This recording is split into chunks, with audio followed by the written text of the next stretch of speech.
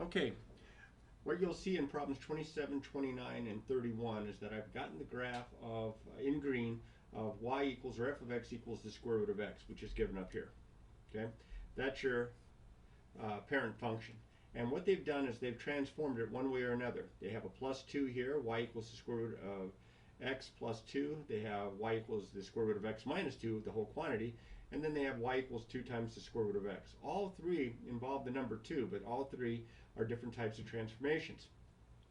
If you look at the original parent function here, the only difference between what you're starting with and what you're given here is that they've added 2 to the very end. When you're adding the 2 or subtracting a number to the function itself, not to the x, but to the entire function, to the y value, what's going on is a vertical shifting. And the plus 2 means it's going to go up 2 units. So what you do here, do you see the key points that I've graphed here? Now I couldn't see those on your original graph, so you should make those clear enough so that all you're going to do is you're going to add 2. So like this point here at 0, 0 is now at 0, 2. This point here at 1, 1 is now at 1, 3. This point here at 4, 2 is now at 4, 4.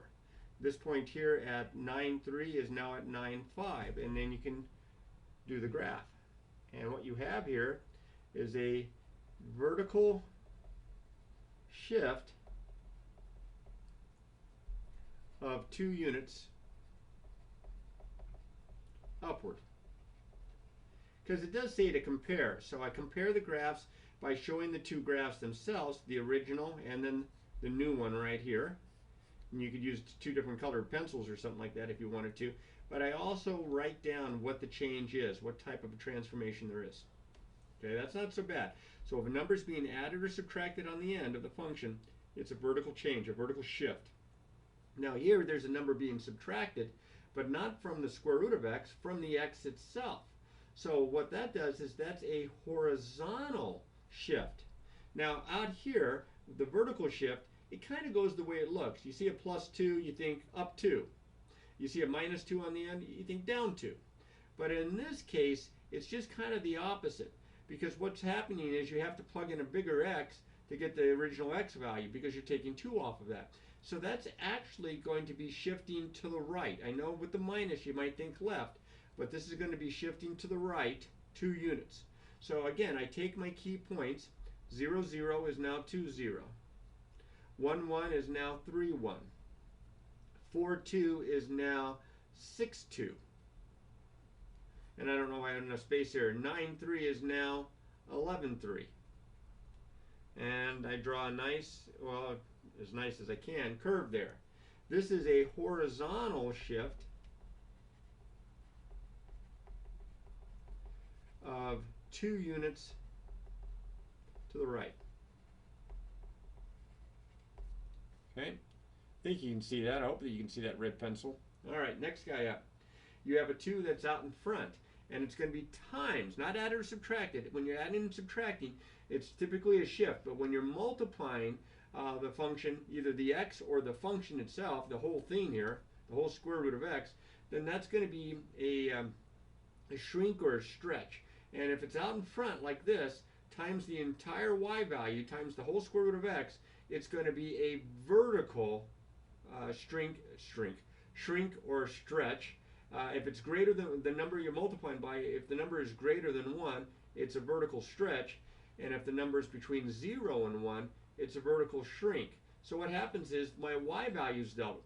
My y values are going to double. So like here, this is 0, 0. If I double my y value of 0, 0, I still have 0, 0. This is 1, 1. If I double the y value, I now have 1, 2, because I doubled the y value of 1. Here I have 4, 2. If I double the y value, I'm at 4, 4.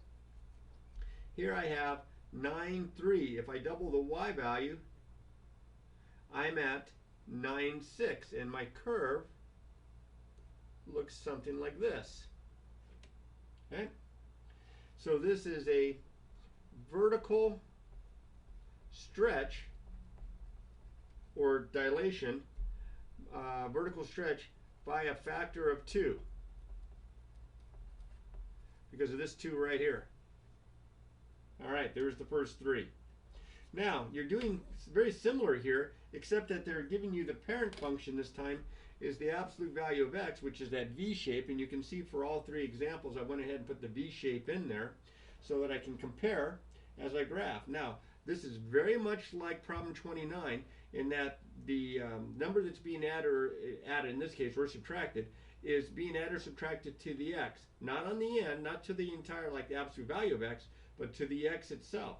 And when that happens, when it's in the inside, just like I was showing you before, remember the minus went to the right. Well, the plus is going to go to the left.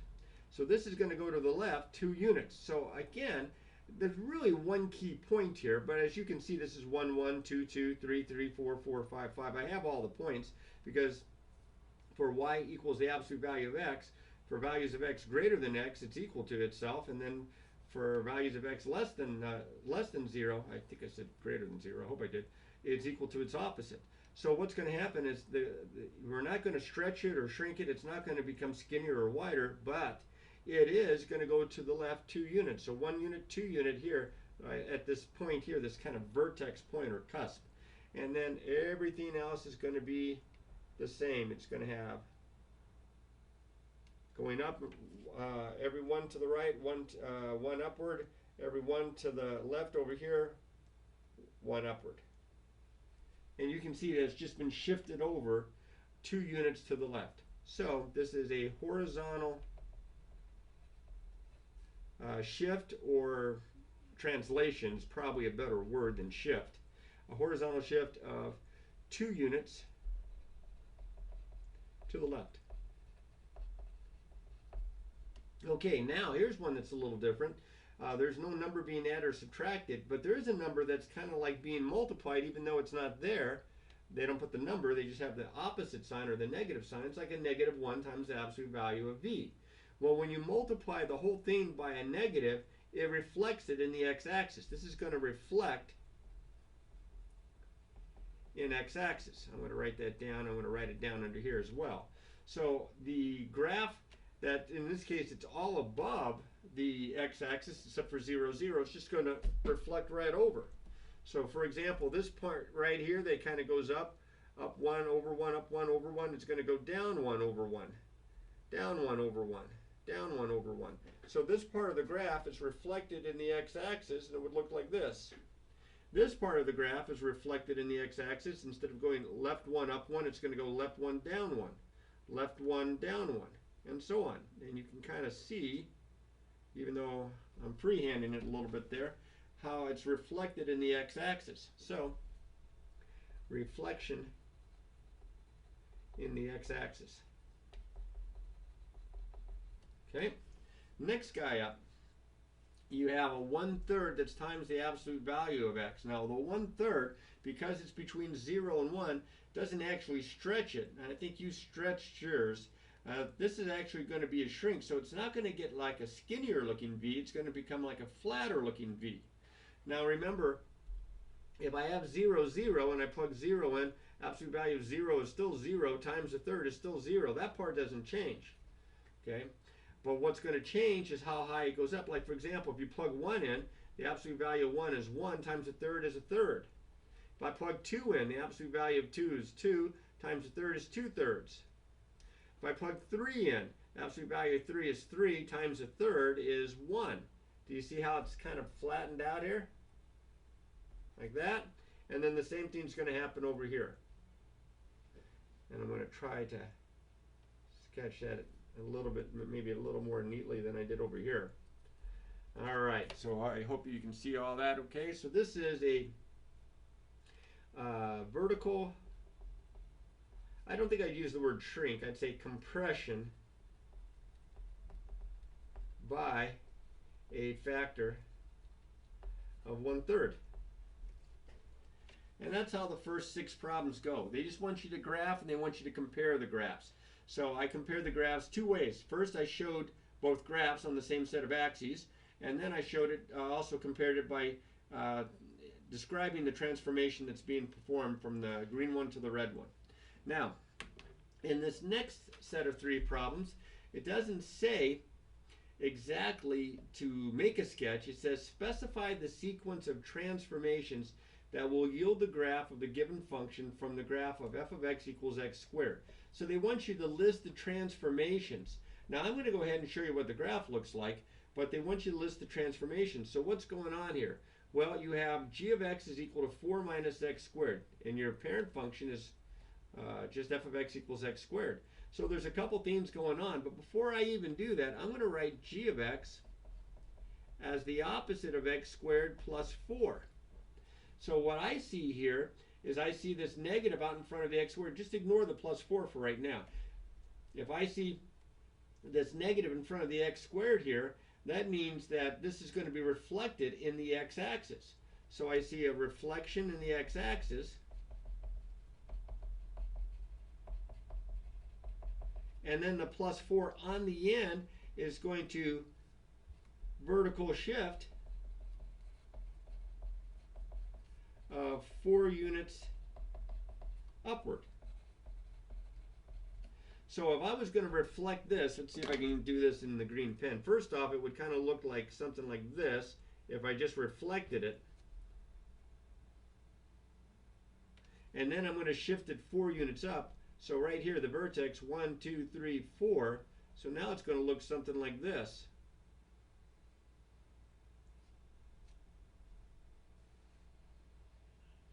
Okay? And that's just to help me get from one step to the next. Now you say, well, should I shift first and then stretch or reflect, or should I reflect and then shift like I did? Well, I kind of do it like order of operations. If I was to plug in a number for x, the first thing I would do after I square it is I would take the opposite of it. So that tells me I'm going to reflect. Then I'm going to add 4 to it, and that tells me I'm going to shift it. So I kind of follow the order of operations. I'll show you the same thing here. Okay, we also have 2 things being done to our x squared. There's a plus 2 that's being added inside the parentheses and then multiplied by a 4th.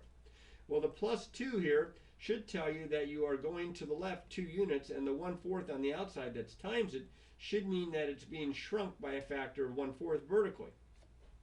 Well, which one goes first? Well, if I was to plug in a number for x and try to evaluate this, any number in for x, if I was to plug 10 in for x, I would first add 2. So the first thing I would do is I would shift 2 units to the left. So a horizontal shift or translation of 2 units to the left. And then I would multiply, after I square it, then I would multiply by 1/4. So that is a vertical, hoping you can see this okay, compression by a factor of 1/4. So graphically, first I would shift it to the left, so it would look something like this.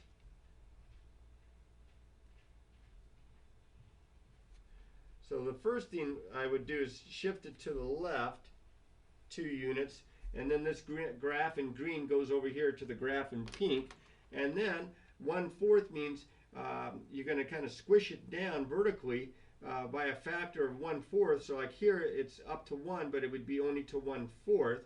This part's not going to change because the y value is 0 there. And then like here it's up at 4, so that would come all the way down to 1. This thing is really flattened out, so it would look something probably more like this. And if you wanted to get a better sketch, you'd have to plug in more points. Okay, here I'll put this one. This was my final sketch here. I'll put it in regular pencil. All right, next guy up. 2 things being done here, very similar to the 2 things being done here, except that this plus 2 is on the outside, not in the inside of the parentheses like it was in 41. And this 1/3 is right times the x squared, just like the 1/4 was times the quantity. So if I plugged in a number for x, after I'd squared, I'd multiply it by 1/3. So that goes first. That's a vertical compression. And then I would add 2, and that is a vertical shift. So I would first have a vertical compression by a factor of 1/3, and then I would have a vertical shift or translation. Remember, shifts are called translation. Shifts just easier to write. Vertical shift of 2 units upward. So if I first did the vertical shift, it would kind of flatten it out.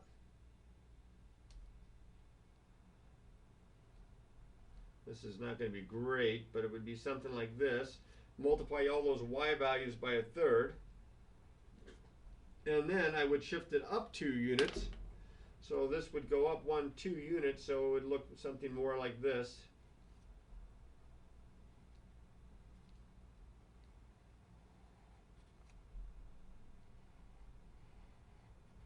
And that's what my graph would look like. Now, the directions don't really ask for the graph. The graph is just a good way to kind of picture what's going on. This is what they're asking for right here. Now, depends on the teacher's directions on what you put down. It wouldn't hurt to put down both, but definitely need this part to the answer. Okay, now use a graphing utility to graph the 3 functions in the same viewing window. Describe the graphs of g and h relative to the graph of f. Okay, so I have in both cases for problems 45 and 47, it's the same function. I've graphed the original function. Now it says describe the graphs. It doesn't say do the graphs, but it does say describe the graphs. So if you get your graphing calculator out, and I've already entered this in. Do you see how the top one is x to the third minus 3x squared? If I graph this, I get what I have. Hopefully you can tell right here. It looks like that, except that you can't really tell that the scales are 1 for both the x and the y axis. Now, what happens if you have f of x plus 2? That would mean that you're plugging x plus 2 in for x here and here. So that would be x plus 2 cubed minus 3 times x plus 2. Well, this plus 2 to the x is going to shift it to the left 2 units. So it's going to go to the left 2 units. Now, you're supposed to describe the graphs of g and h relative to the graph of x. So for the first part, the graph of g is the graph of f shifted 2 units to the left. Now, as it turns out, I went ahead and entered that in. Do you see it's the second one? So let me come down here a little bit and see if I can get this one to light up.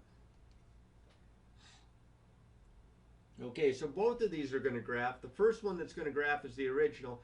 And then if I haven't messed up, the second one's going to graph and it's going to look just like this, only it's going to go to the left 2 spots. So let's see what happens here. Here we go. Let's hope for the best. Oh, the first one's there. Well, that looks like it got shifted to the left 2 units. There you go. All right, so now, what about this one? Well, this is 1/2 times f of x. So this would be like 1/2 times all of f of x. And what is that 1/2 do? It's times the y value, that's your f of x. So that means it's shrinking it vertically by a factor of 1/2. So the graph of h is the graph of f vertically compressed by a factor of 1/2.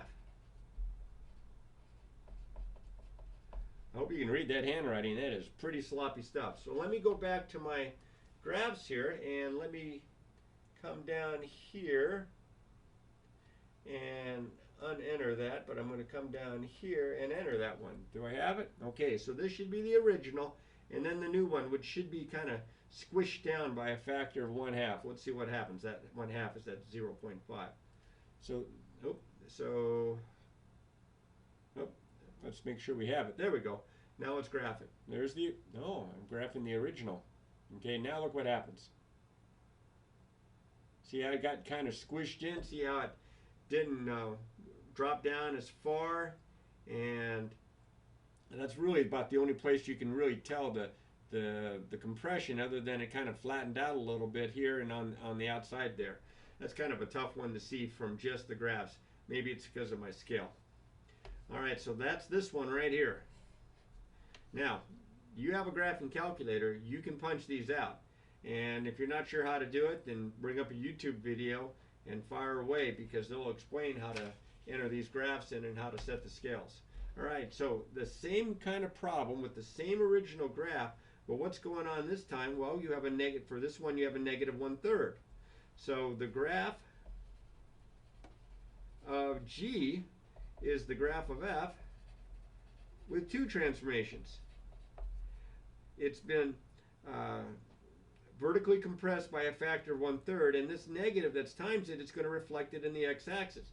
And since they're in the same factor, it doesn't matter which one you list first, but the graph of G is the graph of F reflected in the x-axis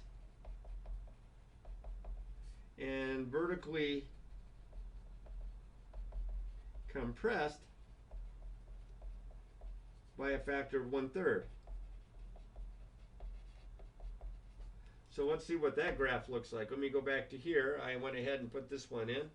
Let's see if I can bring it down here. Okay, let's not have that one, but let's have this one here with the 1/3 out in front there, negative 1/3. So let's enter that and let's graph and see what happens. There's the original, and watch it being reflected, and see it doesn't go up quite as high as this went below. See how this went down, it looks like about 3 or 4 units. This one went up only 1/3 as much. And there's your graph there. Now this last one, the negative is times the x, not times the f of x, but times the x. And so that's going to be a reflection, but it's not going to be a reflection in the x-axis where the negative was out in front times the y value. It's times the x value. So this is going to be a reflection in the y-axis. So the graph of H is the graph of F reflected in the y-axis. Okay, and so let's see what that one looks like. Let me go back to my y equals, and boom, boom, boom, boom. There we go. Let me get rid of that, and then let's go on down and enter that. I don't know if you can see it very well, but I went ahead and put the opposite of x in for x, because that's what this would be. This would be the opposite of x to the third minus 3 times the opposite of x squared. This one would be negative 1/3 times the quantity x to the third minus 3x squared. So if I graph these, let's see what happens. Here, let me drop it down.